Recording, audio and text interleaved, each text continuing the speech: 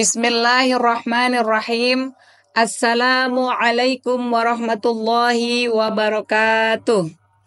Alhamdulillahi rabbil alamin. Allahumma sholli ala Muhammad wa ala ali Muhammad, amma ba'du. Puji syukur kehadirat Allah Subhanahu wa ta'ala yang telah melimpahkan begitu banyak karunia-Nya, khususnya karunia yang telah Allah berikan dibangunkannya kita dari kematian kita. Alhamdulillahilladzi ahyana ba'dama amatana wa ilaihin nusyur. Kesempatan yang telah Allah berikan dengan diberikannya nafas kita hari ini adalah wa ilaihin nusyur, persiapan kita pulang.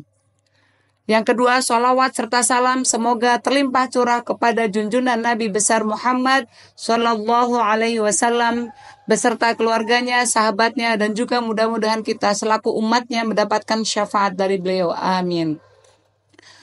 Bapak Ibu yang kami hormati serta anak-anak dan juga para pemirsa Cenki Channel, kita melanjutkan taujih di hari yang ketujuh.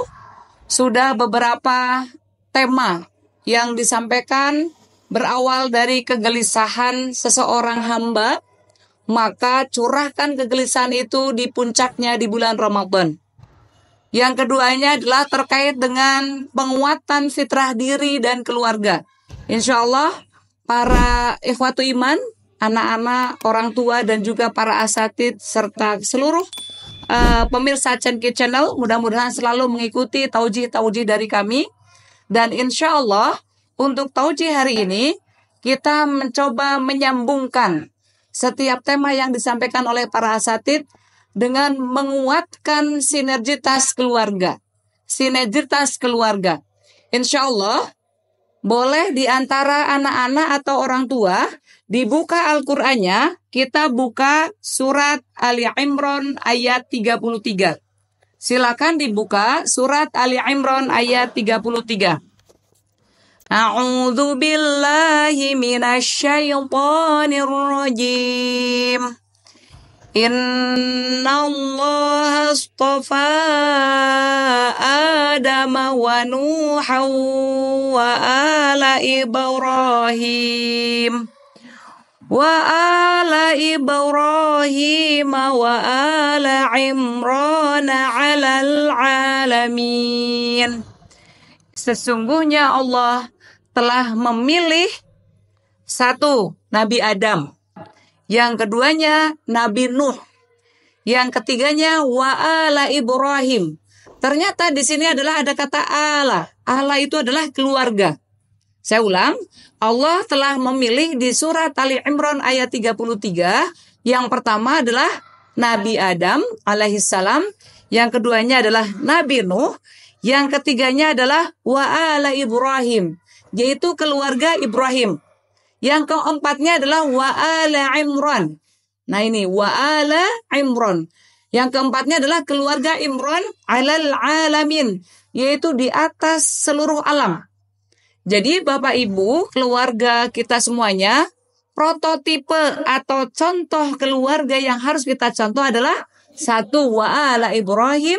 Yang keduanya adalah wa ala Imran. Kenapa mereka harus kita contoh? Ada di ayat 34. Dzurriyyatan ba'dhuha min ba'd wallahu sami'un alim. Keturunan mereka karena ayah-ayahnya baik, ibu-ibunya baik, menurunkan keturunan yang baik juga. Gitu ya. Kenapa tipe keluarga yang dicontohkan oleh Allah dalam surat Al-Imran adalah keluarganya Ibrahim dan keluarganya Imran? Karena keturunannya itu menurunkan keturunan yang baik sampai ke bawah. Maka ayah bunda dan juga anak-anak, kita ingin di taujih pertemuan ini adalah mencoba belajar dari wa ala Ibrahim. Bagaimana tipe keluarga Ibrahim?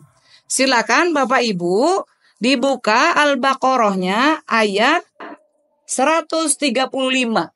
Saya ulang, dibuka Al-Baqarahnya ayat 135.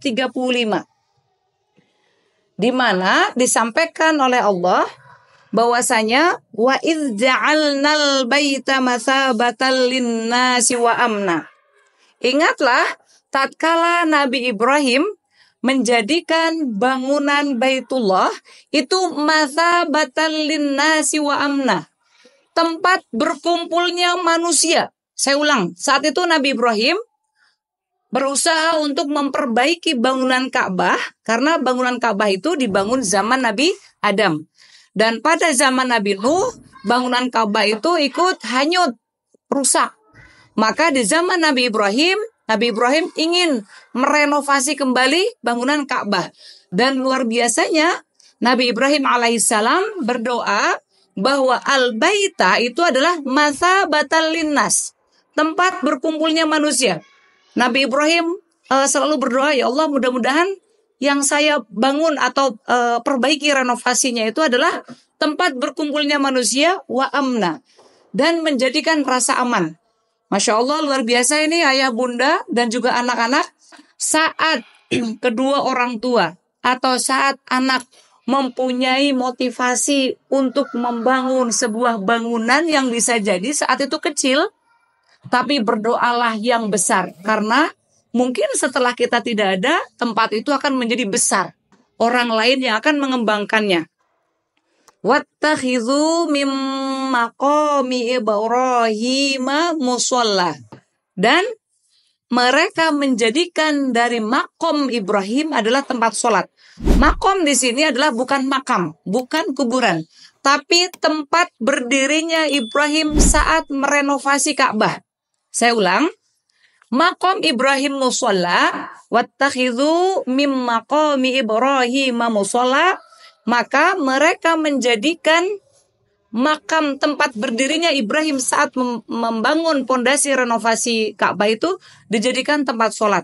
Maka untuk saat ini kaum muslimin yang melaksanakan ibadah umroh ataupun haji, setelah mengelilingi Ka'bah tawaf 7 kali, disunahkan melaksanakan sholat sunnah. Di situ ada tempat berdirinya Nabi Ibrahim, disebut makom Ibrahim. Nah, luar biasa ini.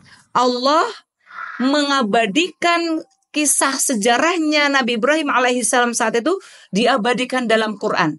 Dan insya Allah nanti kita akan belajar apa hikmahnya saat itu Nabi Ibrahim alaihissalam membangun pondasi Ka'bah, merenovasi Ka'bah. Wa'ahidna ila Ibrahim wa Ismail an tahhira. Kami Allah menjanjikan kepada Ibrahim dan Ismail an tahhira, untuk membersihkan baitiya, rumahku, yaitu Ka'bah. Jadi Allah menyuruh Nabi Ibrahim dan Ismail untuk membersihkan Ka'bah. Kenapa dibersihkan? Lit-taifina wal-akifina war-ruka'is sujud. Nabi Ibrahim bersama Nabi Ismail saat itu, Ismail masih kecil ya, itu selain membangun atau memperbaiki bangunan Ka'bah, Nabi Ibrahim dan bersama Nabi Ismail yang saat itu masih kecil juga berusaha membersihkan bangunan Ka'bah. Untuk apa? Untuk melayani orang-orang yang tawaf, i'tikaf, orang-orang yang ruku dan sujud. Ini keren sekali. Kita bisa melihat tipe Nabi Ibrahim bersama Ismail kecil saat itu. Masya Allah, luar biasa. Ayah bunda pernah mengikuti parenting, di mana saat itu Nabi Ibrahim alaihissalam hakikatnya itu berjauhan bersama Sayyidah Hajar. Saat Sayyidah Hajar melahirkan Ismail saat itu, Nabi Ibrahim alaihissalam mendapatkan tugas untuk kembali ke Palestina. Dan Masya Allah, luar biasa, seorang perempuan yang hebat, Sayyidah Hajar, baru melahirkan, ya, tidak ada orang di sekitar Ka'bah, ya, karena saat itu masih gersang. Maka Sayyidah Hajar menyampaikan, wahai Ibrahim, mau kemana engkau? Nabi Ibrahim tetap berjalan. Wahai Ibrahim, apakah engkau tega meninggalkan saya dalam kondisi seperti ini? Nabi Ibrahim tetap berjalan. Yang ketiganya, wahai Ibrahim, apakah engkau pergi adalah atas perintah Tuhanmu? Maka Nabi Ibrahim menjawab iya. Disitulah Sayyidah Hajar menguatkan keyakinan diri dan keluarganya. insya Allah, kalau suami berangkat untuk memuliakan agama, untuk menjalankan perintah Allah, tidak mungkin Allah membiarkan keluarganya dalam kondisi kelaparan. Saya ulang, saat seorang ayah berangkatnya itu niat untuk memuliakan agama Allah, dengan meninggalkan kondisi keluarga saat itu tidak ada air, tidak ada keluarga, tidak ada rumah, maka Sayyidah Hajar menguatkan sandarannya kepada Allah, bukan lagi kepada suami. Ya Allah, agamamu ini akan ditolong oleh Nabi Ibrahim. Nabi Ibrahim berangkat ke Palestina untuk tugas agamamu.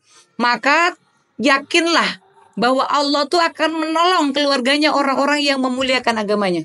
Maka disitulah Sayyidah Hajar berjuang sekuat tenaga untuk berlari-lari mencari air antara Bukit Sofa dan Marwah. Inilah yang disebut dengan sa'i, dari sa'a, berusaha sekuat tenaga.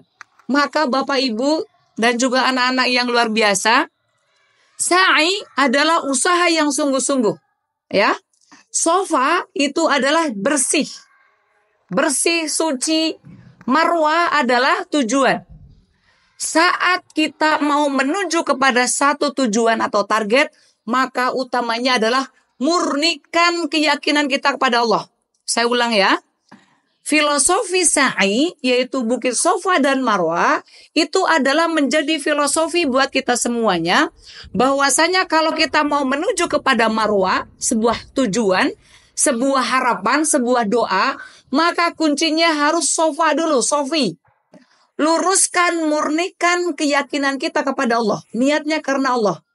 Menyekolahkan anak, niatnya di sofi dulu, dibersihkan, dijernihkan. Niatnya karena Allah, ya. Mau berangkat ke sekolah, para asatid, gitu ya. Para ayah, para bunda setelah bangun tidur melakukan aktivitas, maka pasti ayah bunda itu mempunyai sebuah tujuan atau marwah itu istilahnya. Maka harus diluruskan, sofi dulu. Dimurnikan ketauhidan kita kepada Allah. Maka insya Allah saat kita meluruskan, memurnikan ketauhidan kita kepada Allah tanpa berbuat syirik, tanpa penyimpangan dalam prosesnya, insya Allah tujuan itu akan sampai. Apakah tujuannya pada tempat yang kita cari? Belum tentu. Karena Allah takdirkan rizkinya Sayyidah Hajar itu ada di dekat telapak kakinya Ismail saat itu. Luar biasa ini filosofi untuk kita para orang tua, ya. Murnikan keyakinan kita kepada Allah. Sandaran kita adalah kepada zat yang menciptakan kita, yang mengurus kita, bukan kepada makhluk.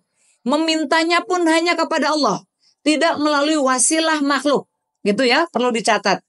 Dan luar biasanya saat Sayyidah Hajar merawat Ismail saat itu, Nabiullah Ibrahim alaihissalam selalu berkomunikasi. Walaupun jarak jauh, tapi Nabiullah Ibrahim alaihissalam selalu menengok keluarganya. Dan disitulah penguatan visi misi keluarga. Ya, pelajaran yang kedua yang bisa kita ambil adalah bagaimana Nabi Ibrahim bersama Sayyidah Hajar saat itu menguatkan visi misi keluarga sehingga berbagi tugas.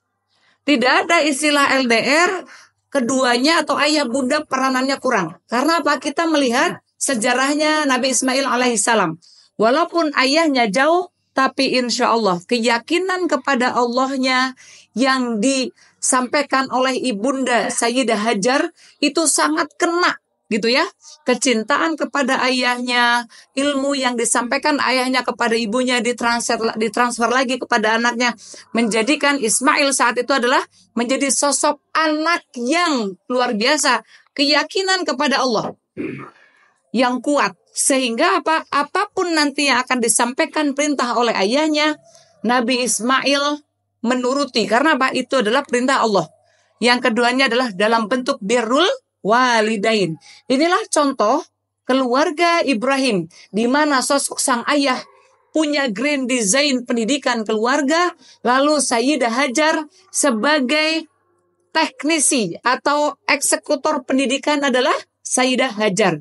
Maka saat Nabi Ibrahim pulang dan menetap agak lama, mengajak mengajak keluarganya untuk bersama-sama mendirikan bangunan yang kokoh, yang kelak bangunan ini akan menjadikan tempat berkumpulnya manusia, yaitu Ka'bah sebagai pusat kiblat atau pusat pelaksanaan ibadah umroh dan haji. Saat ayahnya sedang membersihkan Baitullah, maka refleks itu Ismail tanpa disuruh, tanpa diperintah, tanpa digebrak-gebrak gitu ya, Ismail ikut membantu. Tadi ya, wa'ahidna ila Ibrahim wa Ismail an tahhira baitiya lit-taifin. Karena saat itu Ismail mengetahui bahwasanya ini adalah perintah Allah dan perintah itu adalah untuk memberikan fasilitas kepada banyak orang, maka tergerak Ismail untuk membantu ayahnya. Ini keren sekali, bisa kita contoh pada masa zaman sekarang, di mana anak-anak sudah terlalu asik dengan gadgetnya. Maka bagaimana orang tua saat dalam kondisi resah, anak itu ikut merasakan, gitu ya. Dan luar biasanya lagi, satu ayat di ayat 127, wa idh yarfa'u Ibrahimul qawa'ida minal baiti wa Ismail Rabbana taqabbal minna innaka antas sami'ul alim. Dan ingatlah saat Ibrahim bersama Ismail meninggikan pondasi Baitullah, maka keduanya sambil berdoa, Rabbana taqabbal minna. Penting buat keluarga, ayah bunda, saat kita bisa bersama anak-anak kita dalam amal soleh, dalam pekerjaan apapun yang pekerjaan itu akan memberikan manfaat, yuk doanya bareng antara ayah, ibu, anak. Jangan sampai ayah doanya kemana, ibu kemana, anak kemana. Doanya bersama, ya Allah, terimalah segala amal ibadah kami. Disitulah di ayat 126 Nabi Ibrahim berdoa.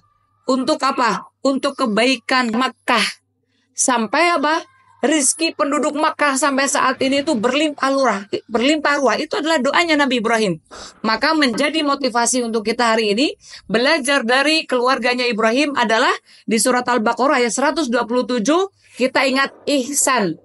I-nya adalah impian besar. Maka ayah bunda keluarga, jadikan keluarga kita punya impian besar. Terserah. Apakah impiannya besar itu nanti bisa membangun rumah Allah, masjid, sekolah, rumah Quran, atau mempunyai perusahaan, pekerjaan, atau mempunyai sistem, mungkin untuk orang-orang IT gitu ya.